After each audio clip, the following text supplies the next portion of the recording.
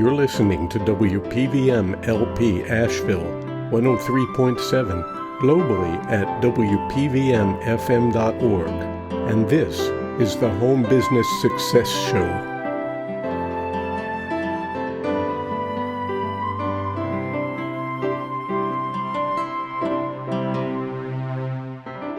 Greetings and welcome to the Home Business Success Show.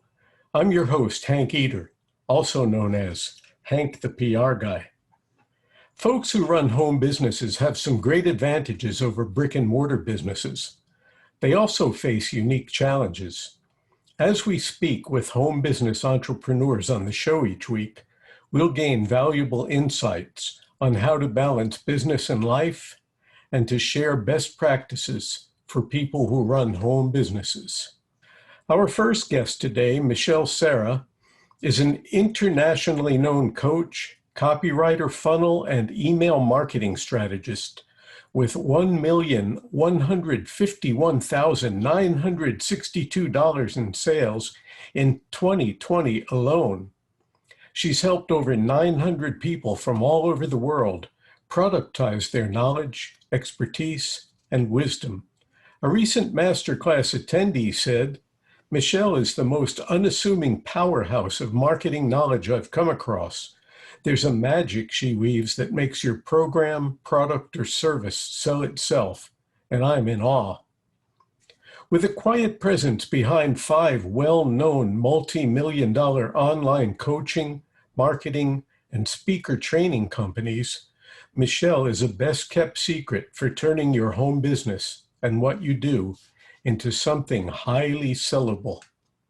She hides out in a quiet valley in the Appalachian Mountains where she grows food, tea, and ideas that build businesses. Welcome to the Home Business Success Show, Michelle. Thank you. Thanks for having me. Oh, you're welcome. It's my pleasure. If you would tell us a little bit about your background. Sure, absolutely. So as you said there in the intro, I have been working kind of behind the scenes for 5 rather well-known marketing or coaching companies online for about the last 6 years. In that, I have held the role as senior copywriter, email marketing strategist, even funnel strategist, and coach to high-end clients, helping them to build out their online marketing. Very cool. And without mentioning any names, some of these guys were pretty big. Absolutely. They're in the multi-millions and they're quickly becoming household names, I would say. Yeah. Right. And from what I understand, in the earlier part of your career in this field, you worked for one of the biggest names in the business. Yeah, you could say that for sure. That person in particular, I did help when I came on board with that company. It was a team of about 4 people. It's now a team of about 50 people, and I helped him grow that company from about 2 million to 14 million, I believe. That's pretty impressive track record. Yeah. So what is your business really about? Well, today, I really put a lot of focus and emphasis on helping the entrepreneur or the solopreneur or the home-based business owner make what they do highly sellable.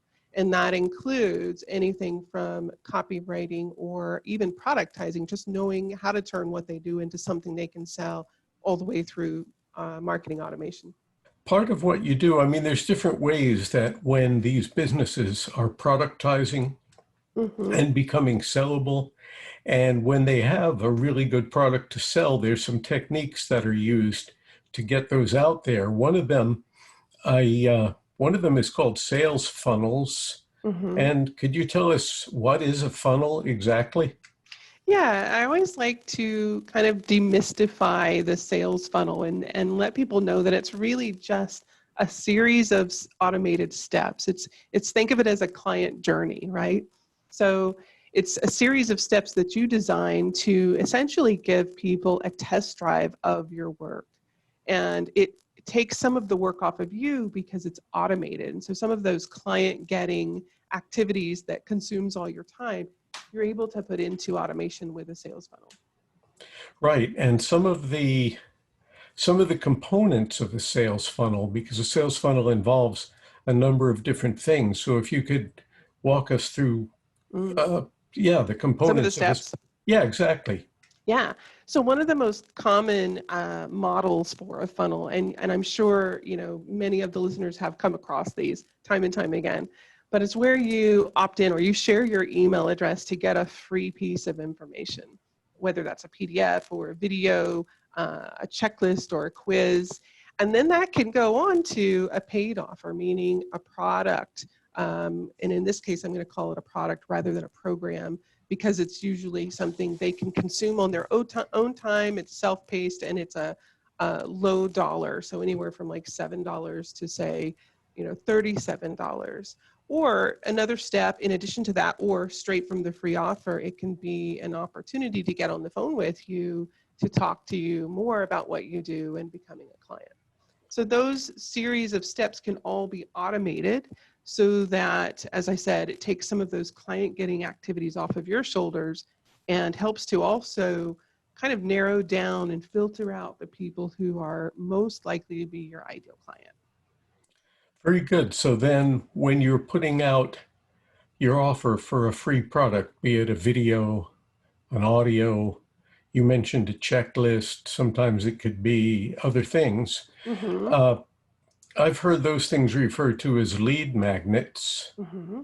And that's because the idea is that in order to get the free offer, the person opts in and gives you their email address. It's like how can you call it? I almost want to say quid pro quo, and in a way, it really is that, isn't it? Yeah, exactly. So you're sharing free information in exchange for contact information, right? It's something that helps you to build your list or your community. Right. And then I think it's probably reassuring to potential clients when you have that out there and they're about to opt in. Would it be beneficial if you have some kind of language there that promises you don't share your information with third parties? Of course, best practices are that you always have some kind of a disclaimer on your opt-in page that says, your information is 100% secure. When you're using something, a platform that's specifically designed to build a funnel, like ClickFunnels or Lead Pages, typically if you're using one of their templates, that information or that statement or disclaimer will already be there, but it is really important in terms of, earning the trust and following safe practices. Yeah. Right. Now, you just mentioned earning trust, and I think part of this notion of the lead magnet Mm-hmm. and what follows is to build trust with the potential clients. Because, say, you have something that is a higher ticket item, like a seminar that you want them to come to, or online courses, or an online community that you want them to be a part of, then the funnel. Part of it is giving the free product and possibly then offering, as you mentioned, a low ticket item that maybe Mm-hmm. costs you $10 or something like that, because people, Right. that's not a lot to risk. Exactly. Yeah, you just said the key word, which is risk. So we Mhm. really want to take away the risk or make the opportunity to experience your work a very low risk, right? Um, as we earn that trust and elevate them to that higher purchase. Right. And then somewhere in between, well, let me backphrase just for a Mhm. second, not backphrase, but backstep. I've heard it said, and I'm working on practicing these things myself, that when you deliver free content, that the free content you deliver should be of such a quality that if you've done research on who your competitors are, that your free content should even be better than some of what your competitors put out there and charge money for. What are your thoughts on that? Yeah, it's a good point. And the approach that I always take is, because here's one of the things that people will always come to me to is the question of, do I have to like give away everything in the kitchen sink in order to compete, right? Like they get very concerned around this value piece. And one of the things, and I'll talk about it further along in a little bit more detail too, but one of the methods that I use is called the 10 thoughts method. And so I always have people brainstorm on the thoughts that are going through their ideal clients' minds. And the point here is that you be able to very concisely connect with their problem or their struggle and provide a solution to that. Now, it doesn't mean that that solution has to be super complex or, everything in the kitchen sink, but it does mean that it needs to relate to them. And that means knowing your audience really well. And so that's the approach that I always take. And it helps to kind of, it gives relief when I have clients who come to me and say, is this going to be enough? Well, it's not so much about it being enough as it is about being highly relevant to their Right. audience. That's a very good point. And I've heard it said that when you're giving something like that, let's say you're doing a free webinar, for example, Mm-hmm. that you give some steps that that your ideal client can take to get past their problem, which is sometimes called their pain points, Mm-hmm. to get past their problem. And you give them, say, 3 steps that they can use, Mm-hmm. but you don't bring it to the point where they really can do everything they need to do without going to the next step of getting into your next program. Right. There's this fine line between giving enough information without giving too much information. I've had this again with clients who've come to me and said, I get on the phone with potential clients and they say, well, you've already given me so much that I think I'm going to go and work on this for a while and come back later, right? Because they've given so much away for free, which is wonderful, but it means that the client or potential client doesn't need them urgently, right? So there's this fine line between giving enough and giving something of value, but also leaving enough room that they still need you to reach the goal or the outcome that they're after. And that takes some testing. It takes, working on it a little bit to get it right, but it's definitely, there's definitely a fine line there. Right. Well, then when somebody's running these funnels, they have a funnel, let's say they have a beautiful free product to give out, and it reaches the pain points of who they're trying to reach. And it might be the greatest thing to come down the pike since sliced bread. However, how do they get it out there so that people will find it? A lot of people talk about Facebook ads, but I want to ask you, does somebody need to run Facebook ads in order to have a funnel? Not at all. Facebook ads is simply the traffic source, and the traffic source can be anything.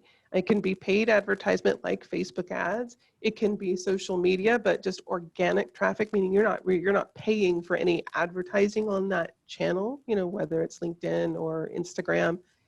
It can even be a virtual networking event that you've attended, and it's somewhere that you can send people from that event, or even on LinkedIn, to the beginning of your funnel. So just remember that Facebook ads is just the traffic source. The funnel is separate from that, and you can choose any traffic source to go into that funnel.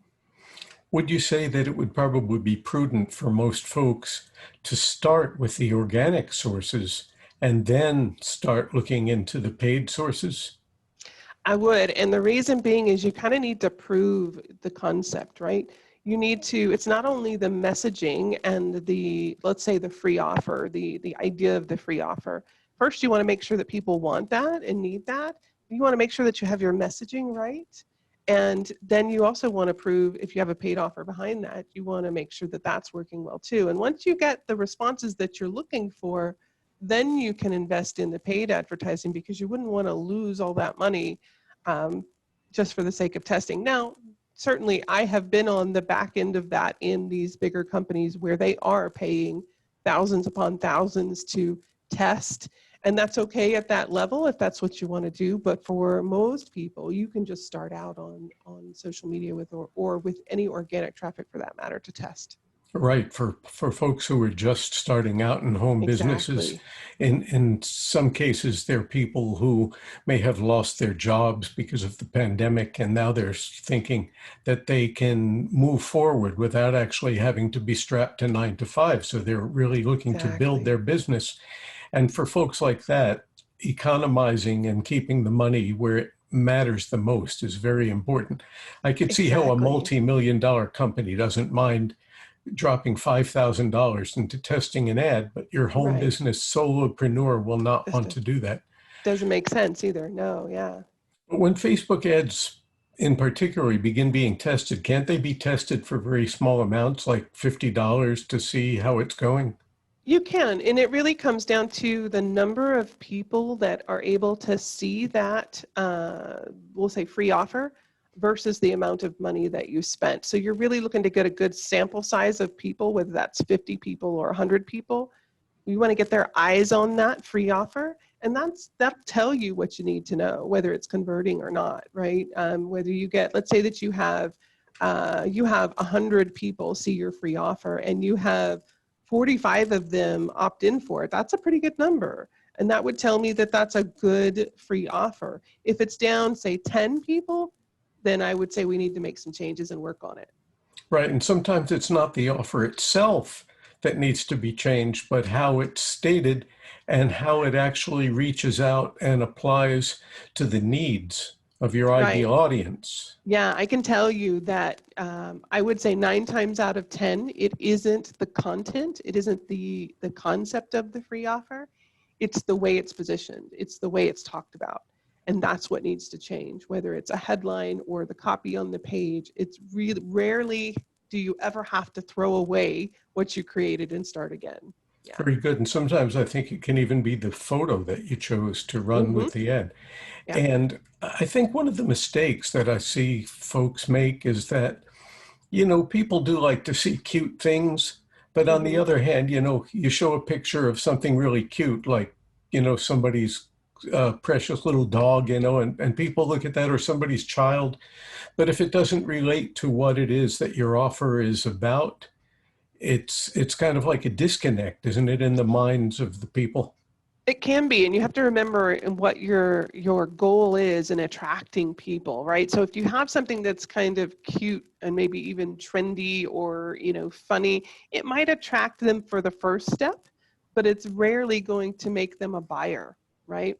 So when you connect instead with something cute or trendy, when you connect with something that's more outcome-based, meaning it's speaking directly to the outcome that they're after, even in your images, that's more likely to attract people who are interested in buying after that first step, if that makes sense. That makes a lot of sense. There's the key, attracting people who are interested in buying, because you could attract thousands of people, but if they're just wanting the free offer and never take another step, then you've not gotten much further.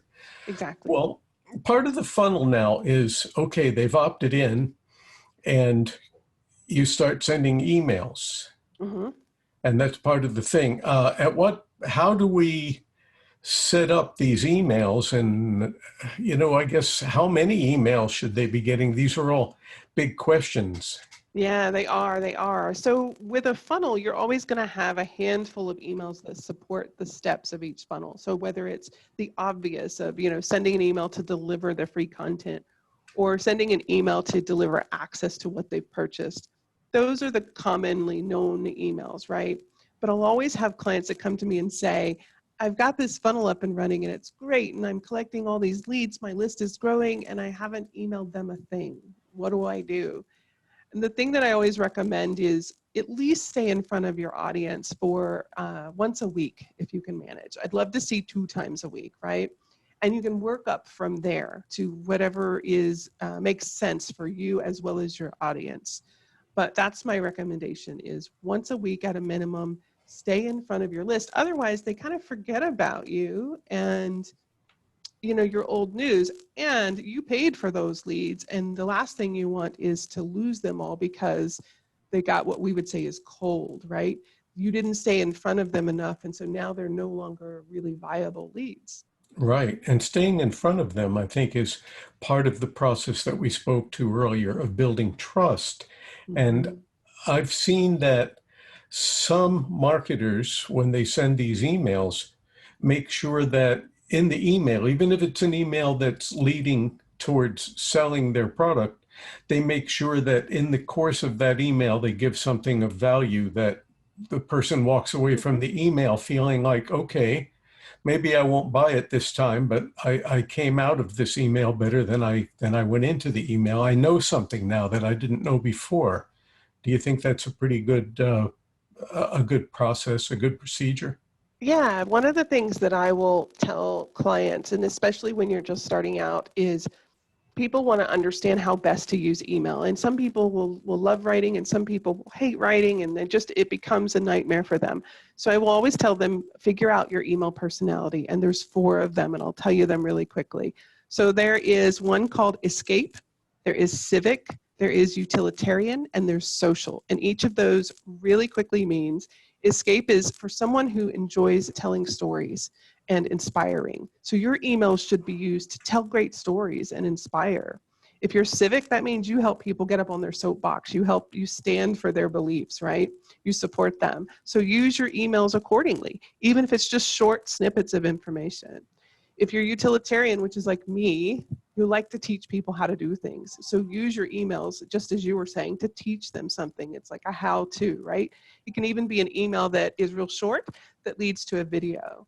And the last one, which is social, is give them something to talk about. If this fits you and your audience, you give them something to take on to their social circles and gives them status, right? So understand a little bit about yourself so that it's not a bear of a task to write emails, and write them accordingly.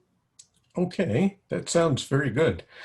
Now, we all know how many emails we receive in the course of a day.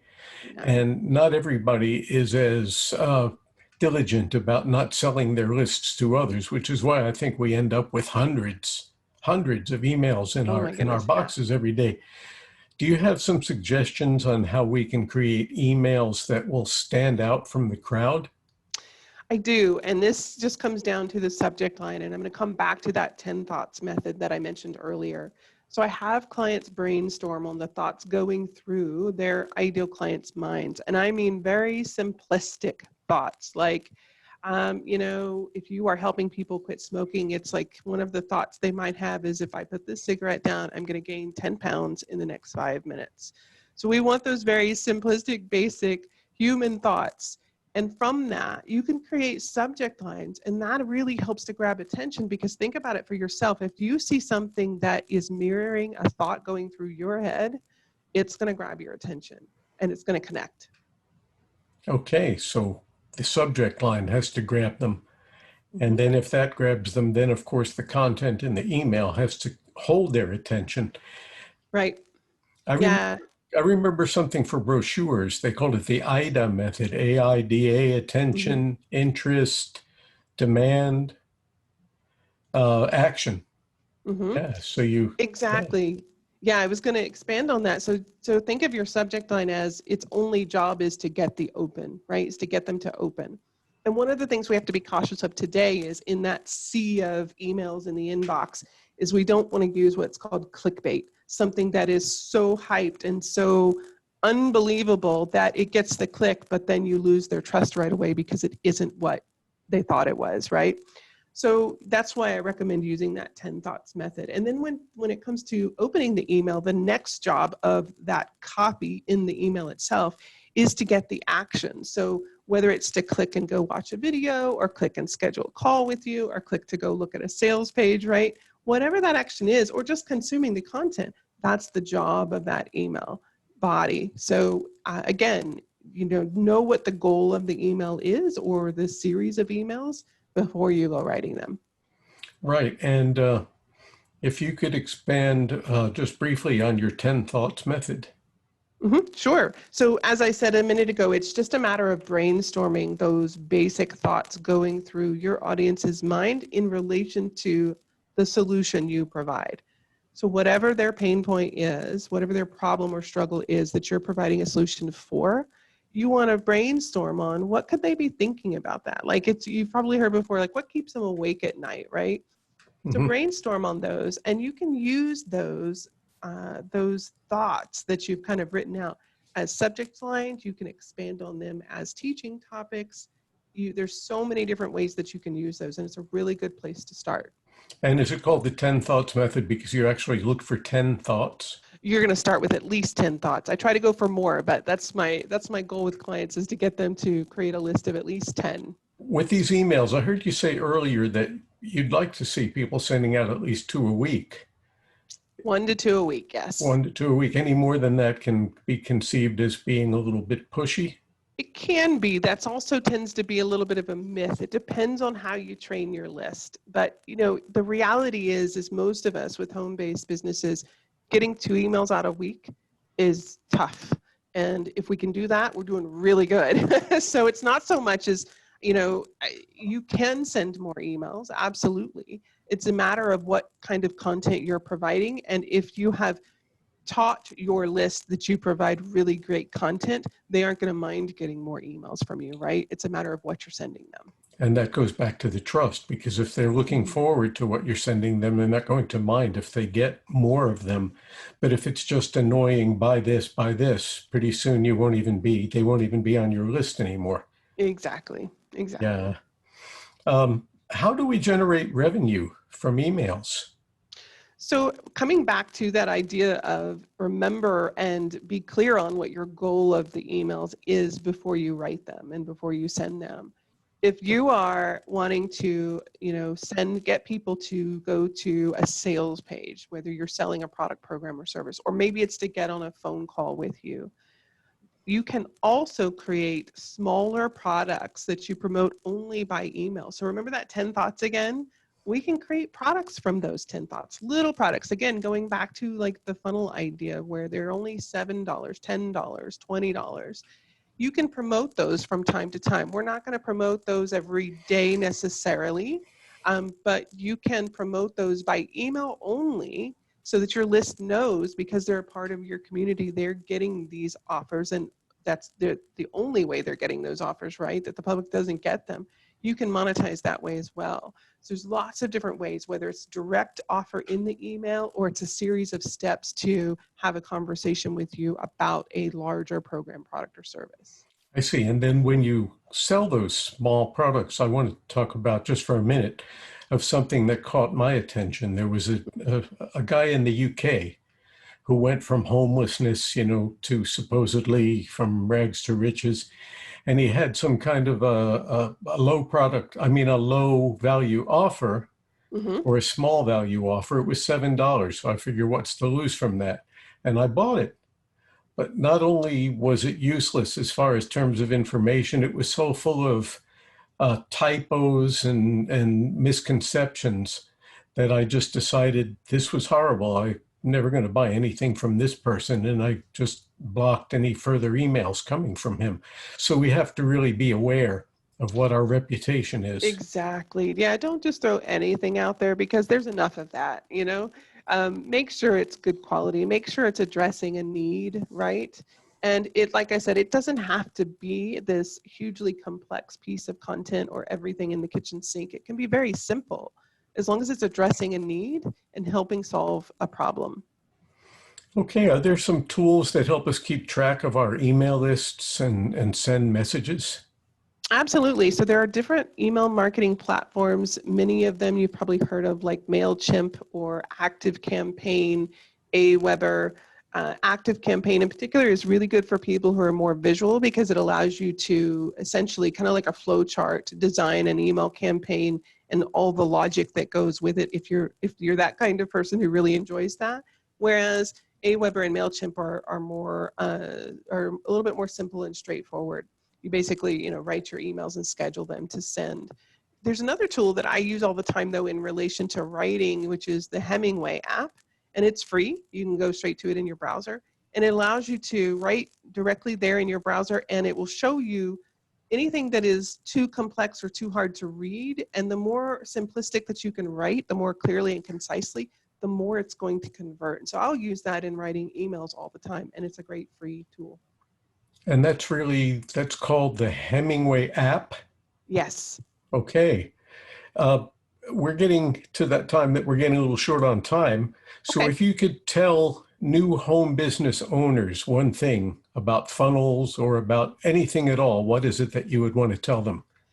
I'll tell them that there are a million strategies and tactics out there, and don't let it pull you away from the foundational elements of growing your business that are most important, which is 1, knowing what your product, program, or service is, 2, knowing what your message is, and 3, getting your email marketing in place. Then you can move on to marketing automation like a funnel. But everything else, social media, all of it, doesn't matter until you have those other 3 things in place. So that would be my I think tidbit of advice. that's some great advice.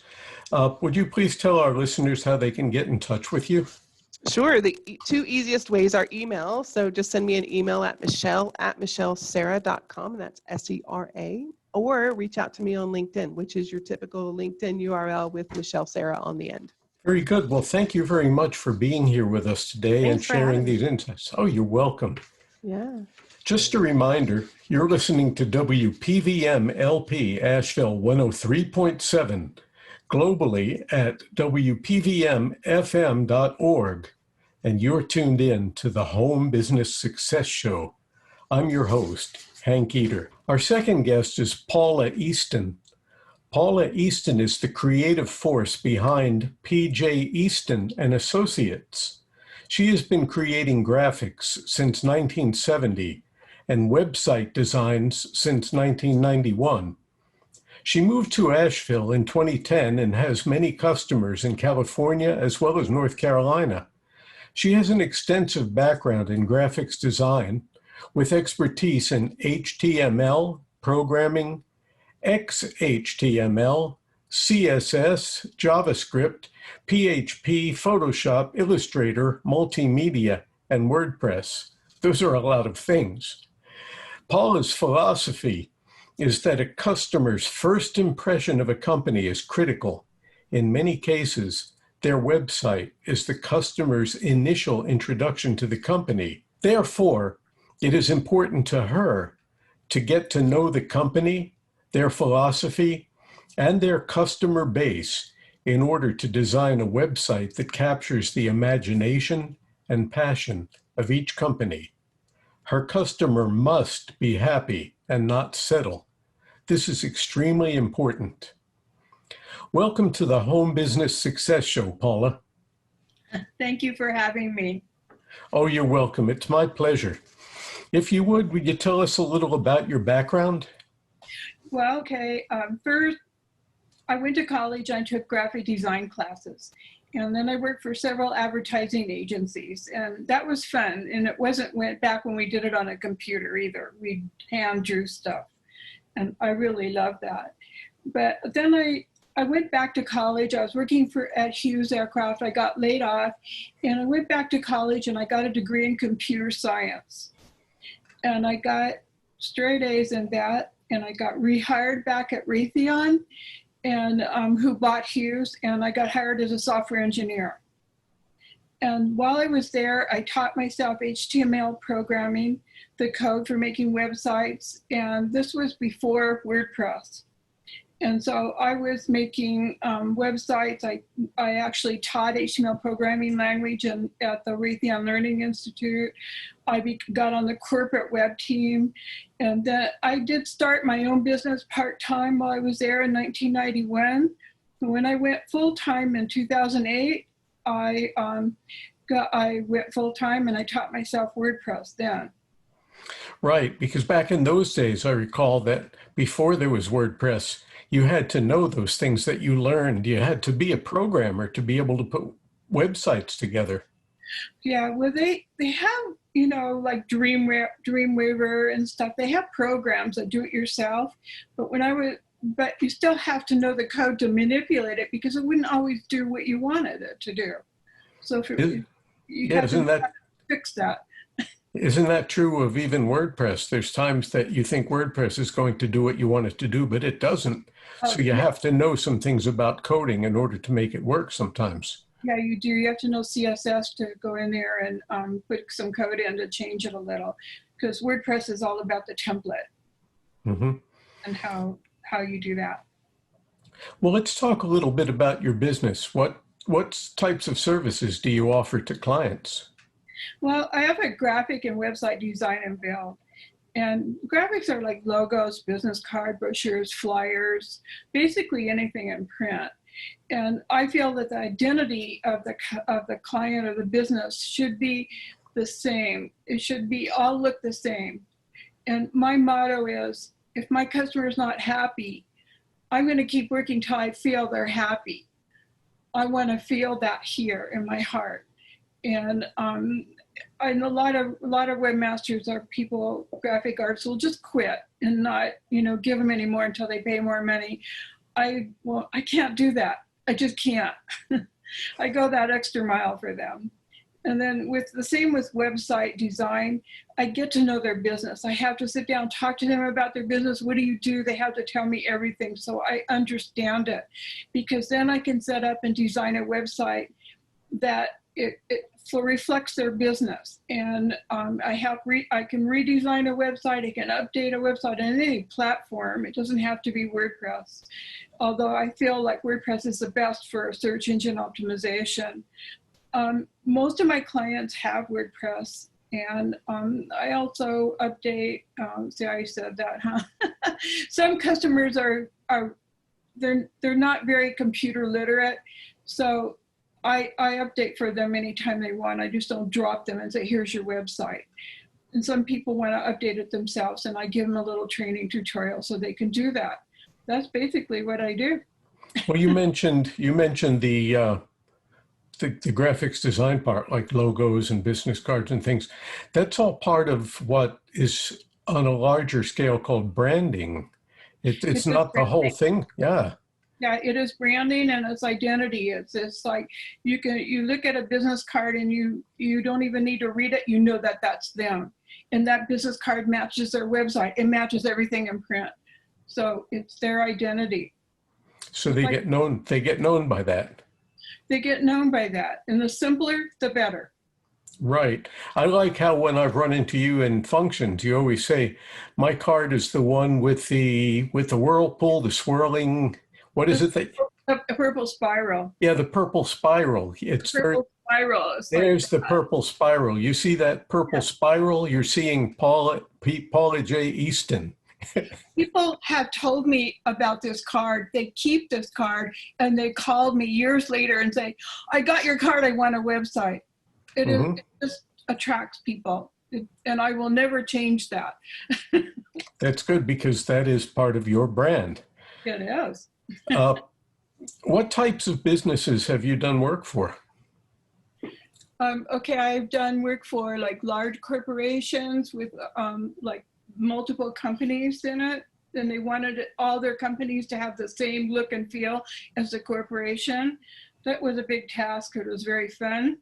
Landscaping and storage companies, multiple business organization like the historic Frog Level in Waynesville was multiple businesses where went all into one website, and a pet boutique with an online store, delicatessen with ordering, calligraphy and designs, book authors, automotive finance company, beauty salons, travel agencies, floral preservation, and holistic coaches, professional coaches, and spiritual businesses. That's a mouthful. Well, it's a lot. I've done a lot over the years because I have customers in North Carolina, California, South Carolina, Texas, Kentucky, Indiana, Florida, and Costa Rica. That's a lot of places too. This may be of interest to our listeners who are doing different kinds of businesses. And, some people are very good at running their business as far as plying their trade. Some people are good printers, some people are good designers, some people are good accountants, architects. But how do you recommend people to find new clients? Not everybody's good at selling themselves. I think that I go to several networking, meetup networking business groups. And that actually, I met a lot of businesses that way. And I think it doesn't cost any money to join them. Right now they're on Zoom, but when they weren't, you go to them. I don't think I would have met a lot of people. And I think that's the best way. And almost all my customers, however, are word of mouth. Right, so they're either current customers who need new things, or they've been recommended by current customers, or they're recommended by people you meet in network meetings. That's an interesting thing to me about networking. Sometimes you may not get the person that you've talked to and handed your card to, but then weeks later, or even months later, or sometimes even a year later, you get a call that says, my friend Jim told me to call you because he met you at a meeting and says you do this. Yeah, exactly. And that's how it works. And you have to join these groups and where you feel you fit in. not all of them you'll fit into really well. Like I go to the WNC Women's Entrepreneurs group, and I really fit into that group because it's all women. It's all women and professional women with build businesses. I get work from them. I get referrals. And I also go to AWIP, which is Asheville Area Holistic Integrated Professionals. Mm-hmm. I said a lot of my work comes from them, because I do a lot of spiritual, I do a lot of holistic, because I really resonate. I'm very intuitive. I can figure out what they want. I get visions and dreams, and I can set up what they want very easily. Very good. I like it that way. You're not going to be good at anything unless you like it or love it. I think that's a key to for everyone who's going into their home-based business, is that they really should like, or at the very least like or love what they do. So if you don't yeah. love what you do in your home-based business, it really isn't going to work. You're just trying to do it to make money, and that will come through to the customer. And if you need to find something that you love and you have a passion about, and you'll be good at it if you do that. You really will be good at it. Yeah, so then I remember you saying a few minutes ago that with these networking meetings, they're not all going to work for you. There's a lot of different kinds of networking meetings around, but the key seems to be, like you said, find ones in which you feel really at home. You have like a camaraderie with the people, or the subject of what they do resonates with who and what you feel you are. And because I'm kind of like, I'm a computer nerd, okay? So I get shy in front of a lot of people. And so it's hard for me. But I found when I talk one-on-one, I do really well. And I had somebody come over, this worker, he works on lawn and stuff. I ended up talking to him about doing his website, because he doesn't have one, and doing his logo. I talked to the lady that did my daughter does my hair, but she did my nails. She owns a salon. She wants me to redo her website.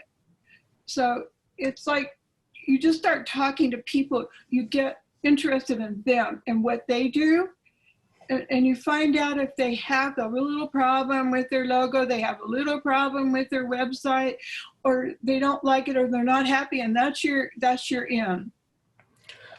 Yeah, that's very important what you just said, listening to what they do, because I've seen and I've heard that the ones who do the best at network meetings are the ones who don't just go there and make sure everybody gets their card and their flyer and then they talk their ear off, but those who ask really good questions about what the other people do and actually take the time to listen and care about what it is that they're doing. Exactly. Listen and care about what they do. So I've turned down some customers because I felt like they were going to be a problem. Mm-hmm. I don't have to take somebody if it's going to be a problem. So you want to get to know that person. You want to know, do you want to do their business? So you're interviewing them just as much as they're interviewing you. That's a very good point. And I think that for businesses that are just starting out, some people who maybe are scrambling because they really need the business, in the beginning, they might just take anything that comes along. But I think after some of those experiences that they may have with certain difficult clients, and as they become less needy, so to speak, they can begin to pick and choose. Exactly. And I've had people want the cheapest they can find, and I'll say, go, and they come back to me. I'm not the most expensive, I'm not the cheapest, but I learned a long time ago, I don't compromise. Yes. That's very important. And I had somebody come to me at one of the networking events that I do attend, and he had me do a landing page for him, and he liked it. But then he said to me about 3 or 4 weeks later, have you checked out your competition in this town? I could get a landing page for probably a third of what you charged me for it. And I said, that's great. That's great. And if you feel confident that they're going to do a good job with your landing page, get in touch with them. And by all means, go to them and get your landing pages. And there won't be any hard feelings between us because this is a business transaction and I understand. Well, I don't know what happened there, but about 6 or 7 weeks later, he came to me for another landing page. So I Yeah. suppose he didn't have great experiences with the ones who came in at rock bottom prices. You don't. The people come in at rock bottom prices are just, they don't really know what they're doing. Mm-hmm. You know, they're too new. You know, and not to put them down, but it's just, they can't really give the customer everything that they want. And if they realize that, it's like I do in associates. So if I get a certain type of logo or certain something on a website and I can't do it, I have an associates. So I thought I go out and find somebody that'll do it so I can make my customer everything that they want. I won't just leave them hanging. I will never do that. That's very important. So in a sense, it's like being a one-stop shop. If you can't do it, you'll find one of your associates who can do it. Exactly. And that's much better for the client to not have to go looking around all over the place. And also knowing that the person that you hook them up with is somebody that you know and trust. Oh, yeah. And sometimes it depends on the client. You know, sometimes they want to just work through me and let me work through my associate, or sometimes I'll just have the associate go straight to the client. It's like sometimes I hired you. So, yeah. Yeah, those have been very good and fun projects that we've done. Uh-huh. Yeah. I've learned a lot, and you've learned a lot. That's the good thing. We should always keep track of, we should always be learning in every step of what we do. Exactly, especially this business. Well, you know, as a home-based solopreneur, a lot of times, especially when you don't know clients up front, you don't necessarily want to invite them into your home office. So what are some of the ways that you use to meet with clients? Well, pre-pandemic, right now everything's online, but in ideal times, what are some of the ways that you use to meet with clients? I will meet them at their business. If they have a shop, a mortar business, you know, Mm-hmm. I will go meet them there, or I'll meet them at a coffee shop and talk. I actually, if they are local and around this area, I prefer to meet them face to face because I get to know them better. But if they're like in California or somewhere else, then I'll meet them on Zoom or something. Well, we usually figure out something we could talk about. I just got through doing a customer. We just talked through Messenger, and she lives about 3 hours away, so I've never really met her face to face. But we became really liking each other a lot, and she was so happy with what I did. So just whatever works, it's safe. Yes, safe is the important part. And even for myself, you know, I know you have different issues being a woman than I have when I go out and meet with clients, but at the same time, we all do want to stay safe. And I would like to advise our listeners who are in the process now of beginning to run home businesses, not to be too quick to invite people into their homes, but use those neutral environments. Like you said, coffee shops, that's a pretty good place.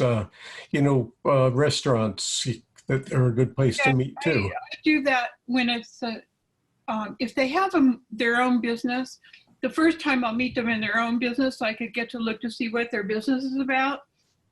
But if I'm going to go over the website, I really need to talk to them about stuff.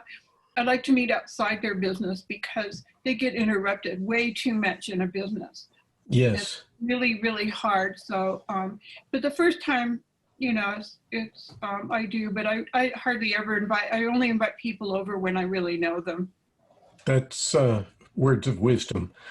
You know, I have some friends who have home businesses that do use these ways of meeting, coffee shops, restaurants, etc. But sometimes when they want to meet with a much higher end client, I know a few people that will rent a conference room for the day in a co-working space. You know, they might pay $30 to have a conference room for 2 hours. But if it's a really high-end client and they stand to really win a big contract with them, it's well spent. So I'm not saying this because you or I really do this with co-working, but I know people who do, and I'm putting it out there for our listeners who occasionally need something other than a coffee shop or a restaurant. And there are co-working Oh, spaces in the there are, local area. yeah, there are. There's a lot of spaces that you can go that are quiet and private and stuff like that.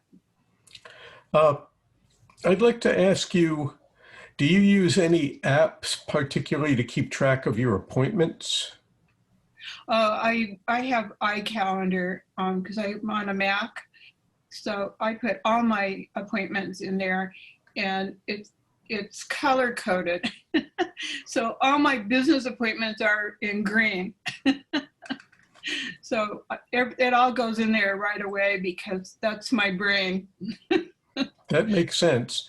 Are there apps that you use to keep track of time spent on projects? Like some projects, if you work like I do, some are bid by the job, but some are bid by the hour. Are there apps that you use to keep track of those Yeah, hours? yeah, if it's by the hour, I use Excel sheet because you can just put in what you did on that project and the time. I usually write down the time I start and then the time I end and then how much it is, and then it has a column you can just total it all out. That I usually tell my customer too, if I'm charging by the hour, about how long it'll take me, so they're not surprised that I charged 4 or 5 hours for something that they thought might have been 2 or 3. I always kind of overestimate. So if you come in lower, it's better, but you try to give yourself enough time. Sometimes you don't, but I end up not charging them that extra if I do go over.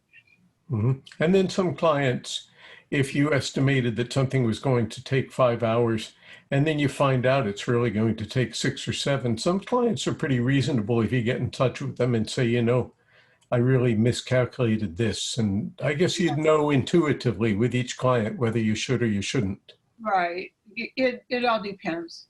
Yeah. That's just all depends. And so I usually I write everything down. I have folders like here. This is all my folders. So some of my customers I'm working on right now, each client is in a separate folder with their name on it. All their information is inside that folder, their contract that they signed, everything. So I pull that out. And then this may be an obvious question, but I would assume that you keep some place in your home where you've got some filing cabinets to keep these things. Yeah, I have a filing cabinet and I have a little one down here of ongoing clients, so underneath my desk. That's good. Well, I have to do that because not everything can be computerized, and these seem like obvious questions, but some of us that are not so left-brained, that are not so organized, can get caught up in the minutiae of trying to keep track of things. So those are good tips. You mentioned the calendar a little while ago, and I remember you telling me once that when you're keeping track of your miles, because those of us who, travel to clients, we keep track of our miles, and the IRS allows us some allowance for that. But you told me about maybe 2 years ago that if you're keeping track of miles, it's a best practice to make sure that you've got that appointment on your calendar, because then if you're ever asked about it, you can like triangulate, basically. exactly, that's your proof. If it's on your calendar, of course, you could always go back there electronically and add it later, but why would you bother? That would be a lot of hassle. So if you have all your appointments on your calendar and the address of where you went, and if you take the time every month to write down how many miles it is, it won't take you that long to add it up at the end. I'm sure there must be some apps that you can enter the miles in and then they'll add it up. There's an app that you can get, and I tried it, but I'm sorry, I just never did it. It didn't work too well. I would rather have one place to do all that. It's like one more place to put something down. I didn't want to do it. Then it sounds to me like you mentioned an Excel spreadsheet for the hours that you're keeping for your clients. It just occurred to me that an Excel spreadsheet might be a good place to keep the miles when you come in and just mark it. Yeah, then you could have that sum function that would add it all up for you. Yeah, I do that. It's in the, like I said, every month I go back through my whole calendar and I write everything down on the Excel sheet. So that month is ready. And then you have all 12 months and then you, at the end of the year. So that's kind of what I do. I like Excel because it's easy. Right, but there are other ways that people could do it. Can I give some people some tips for owners of home businesses? Oh, sure. Definitely. That's the next thing I was going to ask you. What tips do you have for people who are home business entrepreneurs? Well, I just wanted to say that if you want to get your own business and you don't have a domain, that's my ideal client. I like to talk to them. My tip would be to wait till you get your domain. You have to get your domain and hosting. Talk to a webmaster first, because before you go off and try to do something, because you may be just spending money that you shouldn't be. To set up a WordPress website, get somebody like me or some other webmaster that knows how to set it up. That's the hardest part. Installing the template and setting it up. If you think you can go from there, you probably can if you're kind of computer literate and you know what you're doing. But the hardest part that people have is that it stops them. Websites have the 20-second rule. If you want the website to look at it, Google doesn't care what it looks like. They just go through and look at the words you have there. People care what it looks like. So you want the user to be able to look at your website, know what they want in 10 seconds, and decide if they want to go look further into other pages. So you want to capture that on the home page. If you don't capture that on the home page, you're going to be in trouble. Yeah, I think so, because attention spans are short. And the domain name should be more, it doesn't have to be short. It can be more like, it could be your business name. What makes sense? Don't make it so short that people can't remember what it is. And also I suggest if it's a small entrepreneur, like I have paulaeaston.com. I also have ashevillecreativedesigns.com. Mm-hmm. So I could use either one. You can get second domains and they don't cost that much to host it with the same domain. Right, and there's hosting plans where you can have one domain and then multiple subdomains that you can run each site, and it doesn't cost you any more on your hosting plan, which is a very good thing. Exactly. Anyway, as a solopreneur, how do you manage your time with multiple projects? Oh, well, it's easy. I just, I write down, I have a tablet next to me on my desk, like this. And I write down everything, all my projects that I have to do and what I have to do for them. And what did I commit to them to have it done by? And sometimes I'll do the smallest one first to get it done. And that's just what I just tackle that every day. And sometimes I'm going back and forth between the two, but it's kind of easier to do one and get it done because your brain is in that mindset of that one project. Anything else you would like to tell our listeners before we sign off? No, just, if they want to talk to me more, they can call me and paulaeaston.com. Right, so paulaeaston.com, and your email address is? paulaeaston@me.com. Very good. That's a very popular site, me.com. Everybody knows who me is, right? Yeah. Anyway, Paula, it's on my website. Anyway, I really thank you for being here with us today and sharing your insights with our listeners. And thank you for having me. Oh, you're welcome. And before I sign off, I'd like to tell our listeners there are some great resources available for people who run home businesses and a supportive community that's dedicated to mutual success. If you'd like to learn more, drop me an email at hank@hankeater.com. And please join us again next week. We'll be back every Friday at 10 a.m. here on WPVM LP Asheville 103.7 and on the web globally at WPVMFM.org. Here's wishing all of you a fabulous day of home business success.